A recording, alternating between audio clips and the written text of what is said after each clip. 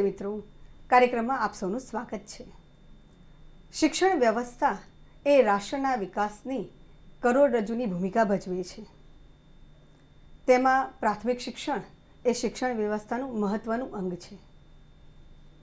મિત્રો, કેટલાય સમયથી શિક્ષણ ક્ષેત્રે ફેરફારો આવી રહ્યા છે અને આ ફેરફારો આપણે સૌ અનુભવી પણ રહ્યા છીએ। આ ફેરફારો કયા છે, ફેરફારોની અસરો કઈ કઈ થઈ રહી છે, એ બધું આજે સમજવાના છીએ। આપણી પાસે બે મહાનુભાવો છે જેઓ એસયુજી બીએડ કોલેજના અધ્યાપક છે। એમની બાજુમાં બેઠા છે તખુભાઈ, ભાવનગર જિલ્લાની માધ્યમિક શાળામાં આચાર્ય તરીકેની ફરજ બજાવે છે। નમસ્તે તખુભાઈ, અમારે જાણવું છે કે એવા કયા ફેરફારો શિક્ષણ ક્ષેત્રે આવી રહ્યા છે? સમગ્ર ભારતમાં ખૂબ મોટા પ્રમાણમાં શિક્ષણ જગતની અંદર ફેરફારો આવી રહ્યા છે। હમણાં જ આપે અનુભવ્યું છે અને આમ માણસ પણ અનુભવે છે કે શિક્ષણ જગતના ફેરફારો એ ગુજરાતની દિશામાં એક ખૂબ મોટી પહેલ એમણે કરી છે અને એમાં સૌથી મોટામાં મોટો ફેરફાર એ પ્રાથમિક શાળામાં 8મું ધોરણ લઈ જવાનો છે। આપણે એમ કહી શકીએ કે 10મા ધોરણમાં OMRની પદ્ધતિથી 50 માર્કનું હેતુલક્ષી પ્રશ્નપત્ર અને 50 માર્કનું બહુ વિકલ્પવાળું અથવા તો જેને કહી શકાય કે નિબંધાત્મક પ્રશ્નો એ એક બહુ મોટો ફેરફાર છે। એ સિવાય માધ્યમિકમાં સેમેસ્ટરની પદ્ધતિ 11-12 સાયન્સમાં અને એ જ પ્રમાણે પાયલોટ પ્રોજેક્ટથી 9મા ધોરણથી શરૂ કરીને અલગ અલગ ધોરણમાં ક્રમશઃ એને લઈ જવાની યોજના એ ભારત સરકારની અને ગુજરાત એમાં આગળ ચાલી રહ્યું। હર્ષદભાઈ, ધોરણ 8ને જ્યારે આપણે નીચે લઈ જઈ રહ્યા છીએ, એટલે કે પ્રાથમિક શિક્ષણમાં લઈ જઈ રહ્યા છીએ, તેનો મૂળ ઉદ્દેશ શું છે? એકચ્યુઅલી ગત એપ્રિલ 2009માં રાઇટ ટુ એજ્યુકેશન એક્ટ જે છે, એટલે શિક્ષણનો અધિકારનો કાયદો અસ્તિત્વમાં આવ્યો। એ કાયદા અંતર્ગત 6 થી 14 વર્ષની વયના બાળકોને મફત ફરજિયાત શિક્ષણ આપવું એ રાજ્યની જવાબદારી બને છે। એટલે 14 વર્ષ સુધીના ઉંમરના બાળકોને શિક્ષણ આપવા માટે 8મા ધોરણને જે છે ફરજિયાતપણે પ્રાથમિક શિક્ષણમાં સમાવવામાં આવ્યું છે। એટલે 8મું ધોરણ પ્રાઇમરીમાં લઈ ગયા, એના કરતાં અત્યાર સુધી 8મું ધોરણ માધ્યમિકમાં હતું એવું આપણે કહી શકીએ। મિત્રો, તખુભાઈ માધ્યમિક વિભાગ સાથે સંકળાયેલા છે, તો આપણે તખુભાઈને પૂછીએ કે 8મું ધોરણ પ્રાથમિકમાં જવાથી માધ્યમિકના શિક્ષણમાં શું ફેરફાર જોવા મળશે? 8મું ધોરણ પ્રાથમિકમાં જવાથી બે પ્રકારના ફેરફારો મારી દ્રષ્ટિએ દેખાઈ રહ્યા છે। એક સૌથી મહત્વનો ફેરફાર એ એમ કહી શકાય કે વહીવટી દ્રષ્ટિએ ખૂબ મોટા ચેન્જીસ ગુજરાતીને અનુભવવા પડશે।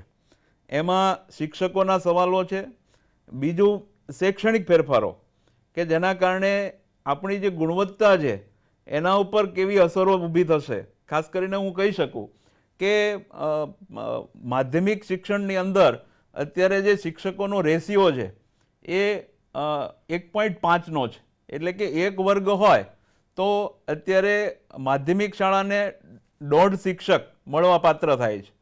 હવે જો એક વર્ગ જતો રહે તો એનાથી શિક્ષકોની સંખ્યાબળ ઘટશે અને એ સંખ્યાબળ ઘટતા ગુજરાતમાં અત્યારે 15,000 જેટલા વર્ગો 8મા ધોરણના ચાલે છે અને એ 15,000 વર્ગોનું જો એનું ગુણાકાર મૂકીએ તો લગભગ 22,000 જેટલા શિક્ષકો છે એ ફાજલ થવાના છે।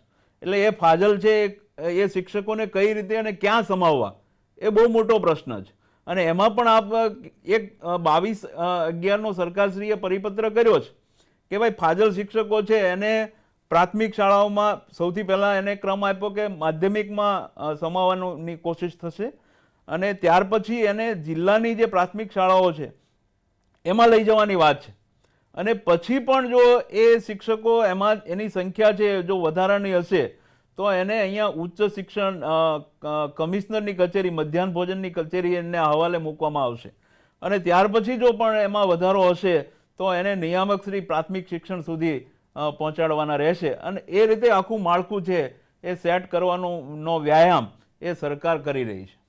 હર્ષદભાઈ, આ અંગે આપ કહેશો કે ફાજલ શિક્ષકોને સમાવવાની કોઈ નીતિ ખરી? મારી જાણકારી મુજબ તો હજુ સુધી એક પણ શિક્ષક ફાજલ નથી થયો। એટલે જ્યાં સુધી 8મા ધોરણને લાગે વળગે છે ત્યાં સુધી 8મું ધોરણ પ્રાથમિકમાં લઈ જવાનો વ્યાયામ જે છે એ 3 વર્ષ ચાલવાનો છે। એટલે 2012 સુધીમાં 8મું ધોરણ પ્રાઇમરીમાં શિફ્ટ થશે.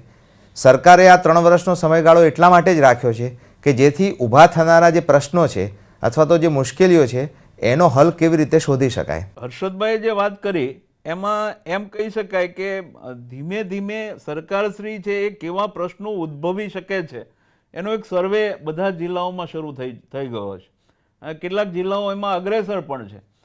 દાખલા તરીકે આ વર્ષથી ગુજરાતમાં 10,000 શાળાઓમાં પ્રાથમિક શિક્ષણમાં 8મું ધોરણ સમાવાઈ ગયું અને એના કારણે કઈ કઈ શાળાઓમાં એના વર્ગો ઘટ્યા છે અને એ વર્ગો ઘટતા કેટલા પ્રમાણમાં શિક્ષકો અને કયા વિષયના શિક્ષકો એ સરપ્લસ થઈ રહ્યા છે એનો એક સર્વે સમગ્ર ગુજરાતમાં ચાલી રહ્યો છે અને ધીમે ધીમે એને સમાવવાની દિશામાં પણ સરકાર છે એ આગળ વધી રહી છે. એટલે તખુભાઈ, હવે તમે એમ કહો છો કે 8મું ધોરણ નીચે જશે અને એના શિક્ષકોને સમાવવામાં આવશે, આગળ પ્રયત્ન કરી રહ્યા છે.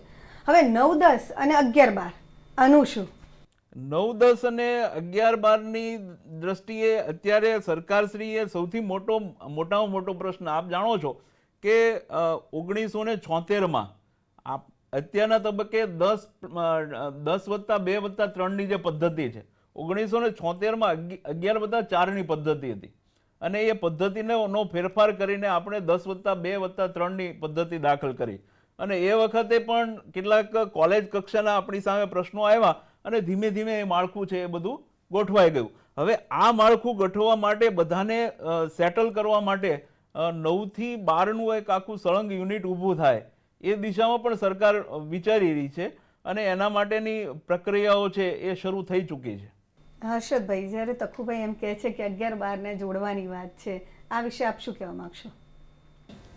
હવે અહીંયા બે બાબતો બહુ ક્લિયર છે કે 8, 9, 10ના 3 વર્ગોમાંથી જો 2 વર્ગો રહે, 11, 12ના 2 વર્ગો રહે, એક બાજુ માધ્યમિક અને ઉચ્ચતર માધ્યમિક શિક્ષણ બોર્ડ એક જ બોર્ડ થઈ ગયું છે. બે સ્કૂલના ઇન્ડેક્સ SSC HSCના જુદા જુદા ચાલતા હોય. ખાસ કરીને ગામડાની શાળાઓ જે છે ત્યાં સંખ્યાનો પ્રશ્ન ઉદ્ભવે એ બહુ સ્વાભાવિક છે. 8મા ધોરણ સુધી વિદ્યાર્થી આવે પછી 9મા ધોરણમાં દાખલ થાય.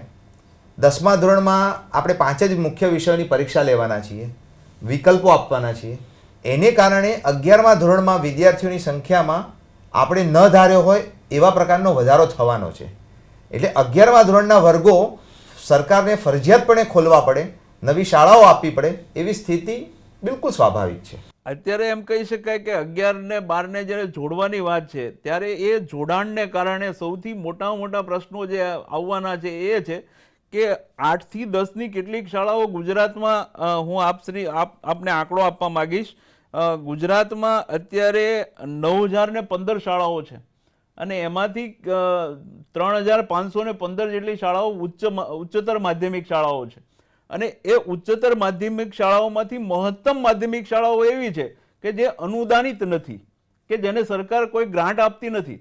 હવે કેટલીક શાળાઓ એવી છે કે જ્યાં 8 થી 10નું યુનિટ છે એ અનુદાનિત છે અને બાકીનું 11, 12નું યુનિટ છે એ બિન અનુદાનિત છે, જ્યાં સરકાર અનુદાન આપતી નથી, સેલ્ફ ફાઇનાન્સ છે.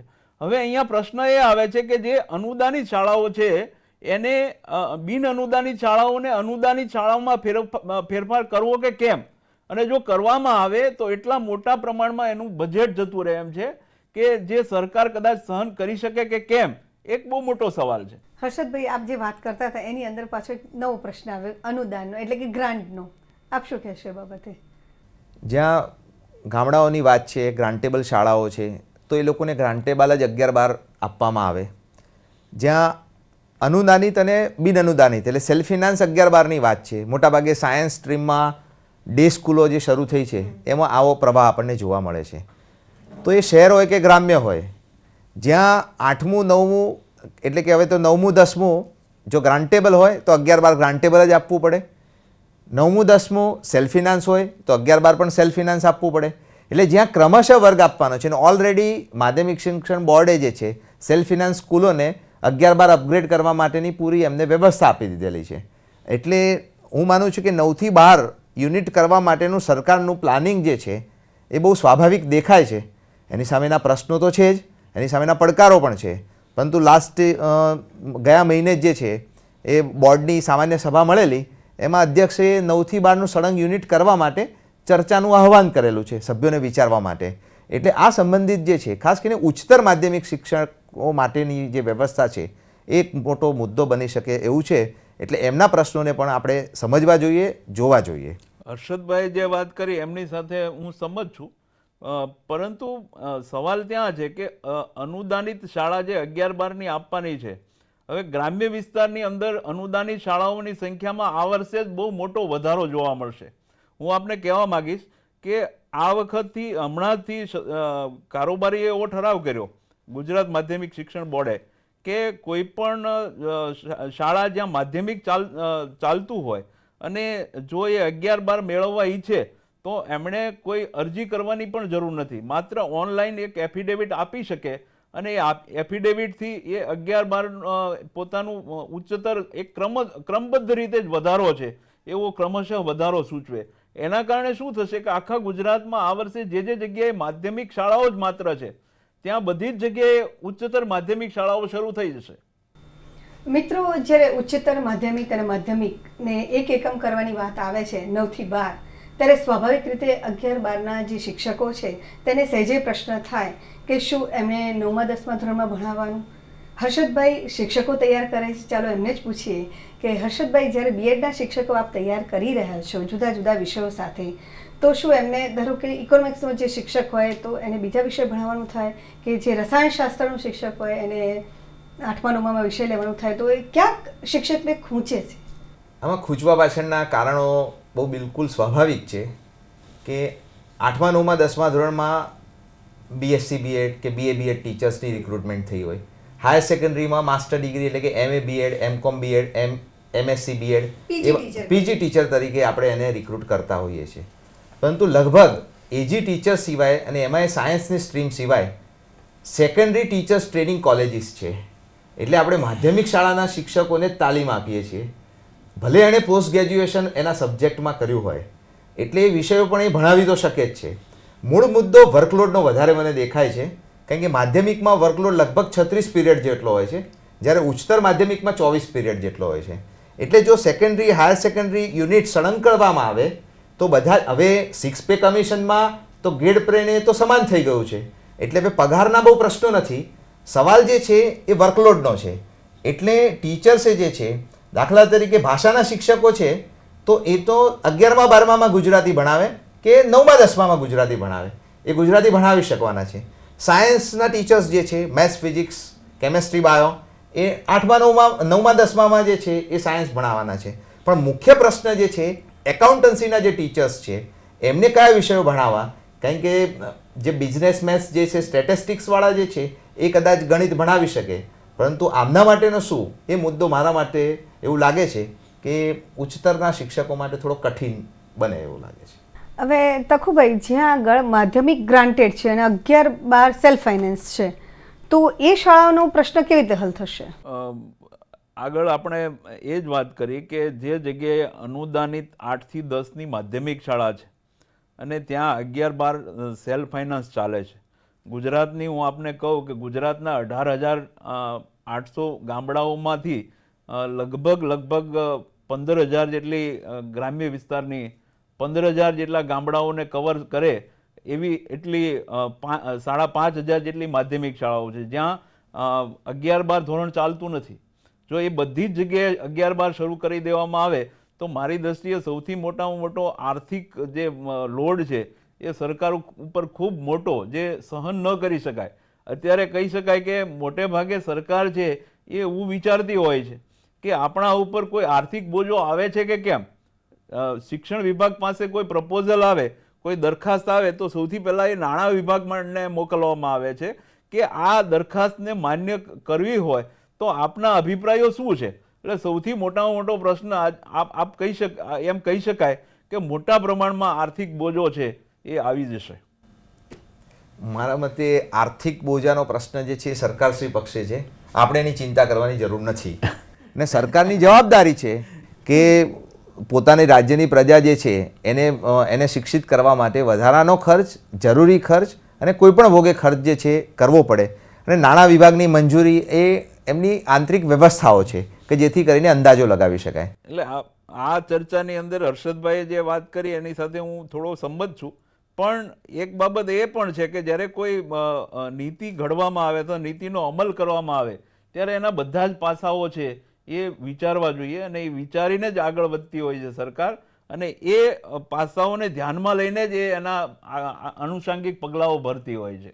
અને સાથે સાથે એટલું કહી શકાય કે હર્ષદભાઈએ જે કીધું કે અલગ અલગ પ્રકારના વિષયો 9 થી 12નું એકમ સળંગ આવશે, એટલે અત્યારના તબક્કે એવું કહી શકાય કે 1.5 રેશિયા પ્રમાણે મોટાભાગના શિક્ષકોને એમાં ગોઠવાવું પડશે.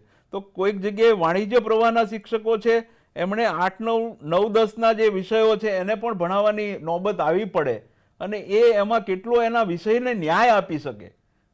કોઈ પણ વિષય કદાચ ભણાવી શકાય, પણ એ વિષયને કેટલા પ્રમાણમાં ન્યાય આપ્યો છે એ વાત પણ બહુ મહત્વની રહેતી હોય છે. એટલે અહીંયા એ પણ સવાલ આવીને ઊભો રહેવાનો છે. મિત્રો, જ્યારે પ્રાથમિક વિભાગમાં 1 થી 7 ધોરણ હતા ત્યારે ક્યાંક ભૌતિક સુવિધાનો અભાવ રહેતો હતો, શૈક્ષણિક સાધનોનો પણ અભાવ રહેતો હતો. હવે જ્યારે ધોરણ 8ને પ્રાથમિક વિભાગમાં સમાવી રહ્યા છીએ ત્યારે શું આ સુવિધાઓ પર કેવી અસર રહેશે? આપણે હર્ષદભાઈને પૂછીએ. જ્યાં સુધી ગુજરાતને લાગે વળગે છે ત્યાં સુધી પ્રાથમિક ક્ષેત્રે ઓરડાઓ, સેનિટેશનની વ્યવસ્થા, કમ્પાઉન્ડ વોલ, શાળાઓ, એમાં ગુજરાતે જે છે એ ખૂબ સારું કામ કર્યું છે. સર્વ શિક્ષા અભિયાનના જે રેકોર્ડ્સ છે એ પણ એ સૂચવે છે કે પ્રાથમિક શિક્ષણની સ્થિતિમાં ગુજરાત જે છે અગ્રેસર છે. 8મા ધોરણના સમાવેશ કરવાથી એક વર્ગખંડનો ફેર પડે. એક વર્ગખંડના ફેરફાર માટે એ ટેમ્પરરી વ્યવસ્થાઓ પણ કરી શકાય, અને સરકાર પાસે 3 વર્ષનો સમયગાળો છે. એટલે કોઈ ભૌતિક સંસાધનોનો મુદ્દો 8મા ધોરણને સમાવવાને કારણે બનવાનો નથી, એવું મારું સ્પષ્ટપણે માનવું છે. ધોરણ 8ને આપણે જ્યારે પ્રાથમિક વિભાગમાં સમાવી રહ્યા છીએ ત્યારે કોઈ ડ્રોપઆઉટ એટલે કે અપવ્યય કે સ્થગિતતાનો પ્રશ્ન આવશે ખરો? સૌથી મોટો પ્રશ્ન છે જે વિદ્યાર્થી વર્ગખંડમાં આવે છે એ વિદ્યાર્થી ઓછામાં ઓછો માધ્યમિક શિક્ષણ પૂરું કરે ત્યાં સુધી વર્ગખંડમાં રહે, એ વાત બહુ મહત્વની છે. હું અહીંયા કહેવા ઈચ્છું છું કે ગુજરાતમાં 9,24,000 જેટલા વિદ્યાર્થીઓ 10મા ધોરણની પરીક્ષામાં એપિયર થવાના છે. એમાંથી અત્યારે મારી પાસે જે આંકડો છે એમાં 4,25,000 વિદ્યાર્થીઓ 11-12માં દાખલ થાય છે અથવા 11-12ની શરૂઆત કરે છે.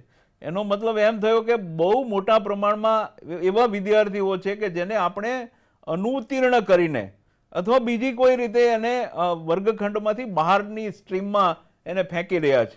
એટલે વિદ્યાર્થી જો વર્ગખંડમાં ટકી રહેશે તો એ વાત મહત્વની છે. એટલે અહીંયા અપવ્યયનો પ્રશ્ન છે એ સંપૂર્ણ દૂર થઈ જશે. હર્ષદભાઈ, આ બાબતે આપનું શું કહેવું છે? એમણે જે ફિગર્સ આપી 10મા અને 12માના વિદ્યાર્થીઓની, પણ એમાં જે છે એ આઈટીઆઈના 70,000 વિદ્યાર્થીઓ, ડિપ્લોમા એન્જિનિયરિંગના બીજા 70,000 વિદ્યાર્થીઓ જે છે એ એડ કરે, અને કેટલીક જે છે 10મા પછીના જે કોર્સિસ છે તો એ કદાચ આંકડો જે છે લગભગ સેમ ટુ સેમ થઈ જાય, એટલે બહુ વાંધો ના આવે. અને જ્યાં સળંગ યુનિટ કે એવા કોઈ પ્રશ્નો આવે અને ધીમે ધીમે જે છે 10મા ધોરણમાં જે પ્રકારે આપણે વિકલ્પો આપ્યા છે તો પછી વિદ્યાર્થીઓ જે છે એ 12મા સુધીનો અભ્યાસ જે છે એ વધારે સારી રીતે કરી શકશે એવું મારું માનવું છે. મિત્રો, જે CBSE કક્ષાએ ફેરફારો થઈ રહ્યા છે તે પૂરા રાષ્ટ્રમાં એના ફેરફારો જોવા મળતા હોય છે. જ્યારે આપણે ગુજરાત રાજ્યની વાત કરતા હોઈએ તો એ અંગે જે શિક્ષણમાં ફેરફારો જોવા મળે છે એમાં કયા કયા છે? CBSE બોર્ડ અને ગુજરાત બોર્ડ, જો એની આપણે ખાલી સરખામણી કરીએ તો પણ આપણને ખ્યાલ આવે કે 10મા ધોરણની પરીક્ષા જે છે એ વૈકલ્પિક બનાવવાની જાહેરાત CBSE બોર્ડે કરી. આખા દેશમાં જે છે એને આવકારવામાં આવ્યું. 10મા ધોરણની પરીક્ષાનો હાવ જે છે વિદ્યાર્થી પરથી દૂર કરો એવો બૂમશોર જે છે એ બધા લોકોએ બહુ મચાવેલી. એને કારણે લોકોએ બહુ હર્ષભેર એને સ્વીકાર્યું. એને આધારિત વૈકલ્પિક માળખું શું? તો કે જેને પણ પરીક્ષા આપવી હોય આપે, 11-12માં જાય. સેમેસ્ટર સિસ્ટમ લાવો, ટોપ 10 કાઢી નાખો, ગ્રેડિંગ આપવા જોઈએ. આ જ પ્રકારની સિસ્ટમ આપણે માધ્યમિક શિક્ષણ બોર્ડે અપનાવી. એટલે જે રાષ્ટ્રમાં થતા ફેરફારો અને ગુજરાતમાં થતા ફેરફારો લગભગ સમાન જેવા છે. એટલે જે CCE જે છે, કોમ્પ્રિહેન્સિવ કન્ટિન્યુઅસ ઇવેલ્યુશન, સતત સર્વગ્રાહી મૂલ્યાંકન, એ ગત વર્ષથી CBSE બોર્ડે સ્ટાર્ટ કર્યું. પણ માધ્યમિક શિક્ષણ બોર્ડમાં આજથી 8 વર્ષ પહેલાંથી આપણે ત્યાં અમલમાં છે. હા, અલબત્ત એ બાબતો જે છે એ વૈકલ્પિક રહેતી હતી, મરજિયાત રહેતી હતી. એટલે શાળાઓમાં વિદ્યાર્થીનો એ ડેટા જે છે એ ભરી લેવાતો હતો. એ યોગ્ય રીતે નહોતું થતું, પરંતુ હવે એ માળખું સ્વીકારાયું છે. એટલે આ વર્ષથી 500 જેવી સ્કૂલોમાં એ પાયલોટ પ્રોજેક્ટ તરીકે ચાલે છે. એટલે નેક્સ્ટ યરથી સમગ્ર રાજ્યની સ્કૂલોમાં સતત સર્વગ્રાહી મૂલ્યાંકન પ્રમાણે એ મૂલ્યાંકનનું માળખું ગોઠવાશે. એટલે હું માનું છું કે ગુજરાત જે છે મૂલ્યાંકનની રીતે અથવા તો જે ફેરફારોની રીતે રાષ્ટ્રની સાથે ઇવન 2 કદમ આગળ છે આ મુદ્દાઓમાં.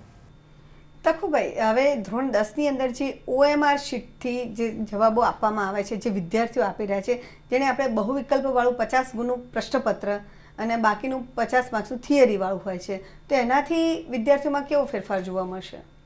સામાન્ય રીતે જ્યારે માર્ચ મહિનો આવે એટલે વાલીઓ અને વિદ્યાર્થીઓમાં એક પ્રકારનો તણાવ જોવા મળતો હતો, અને એ તણાવને કારણે શિક્ષણ શાસ્ત્રીઓમાં એક એવી ચર્ચા હતી કે પરીક્ષા છે એનો ભાર છે એ સર્વગ્રાહી રીતે હળવો કરવો, અને એના ભાગરૂપે નેશનલ લેવલે અને રાજ્યમાં પણ એ નીતિ સ્વીકારવામાં આવી કે હેતુલક્ષી પ્રકારના પ્રશ્નો વિદ્યાર્થીને આપવામાં આવે, જેથી કરીને વિદ્યાર્થી છે એ પરીક્ષાને એટલી બધી ગંભીરતાથી ન લે કે જેથી કરીને એના જીવનની કોઈ બાબતો છે એની સાથે જોડાઈ જાય.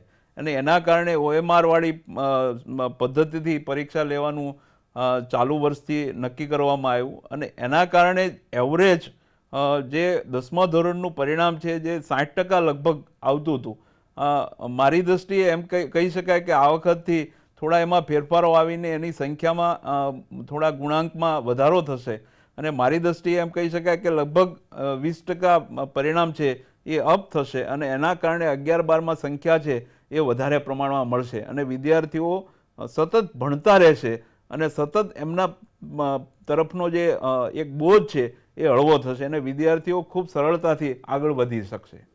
હર્ષદભાઈ, હવે જ્યારે એક સંખ્યાની વાત આવે છે અથવા તો વિદ્યાર્થીઓના અભ્યાસના હળવાશની વાત આવે છે, તો 10મા પછી જે 11-12નો જે ઉચ્ચ અભ્યાસ કરશે તો એમાં આની કોઈ અસર વર્તાશે ખરી? હું માનું છું કે આ પ્રકારની પરીક્ષાઓ પહેલાં જે છે સ્પર્ધાત્મક પરીક્ષાઓમાં બહુ વિકલ્પ પ્રકારના પ્રશ્નો એટલે મલ્ટિપલ ચોઇસ જે છે એ રહેતી હતી, પરંતુ એ રિઝનિંગ, એરિથમેટિક, જનરલ નોલેજ એ પ્રકારના જે પ્રશ્નો છે એમાં આ પ્રકારનું માળખું ખાસ જોવા મળતું હતું. પરંતુ શાળા કક્ષાએ આ માળખું મને લાગે છે કે આગામી સમયમાં ફરીવાર બદલવું પડે અથવા તો પુનઃ વિચારણા કરવી પડે એ મને પૂરી સંભાવના દેખાય છે.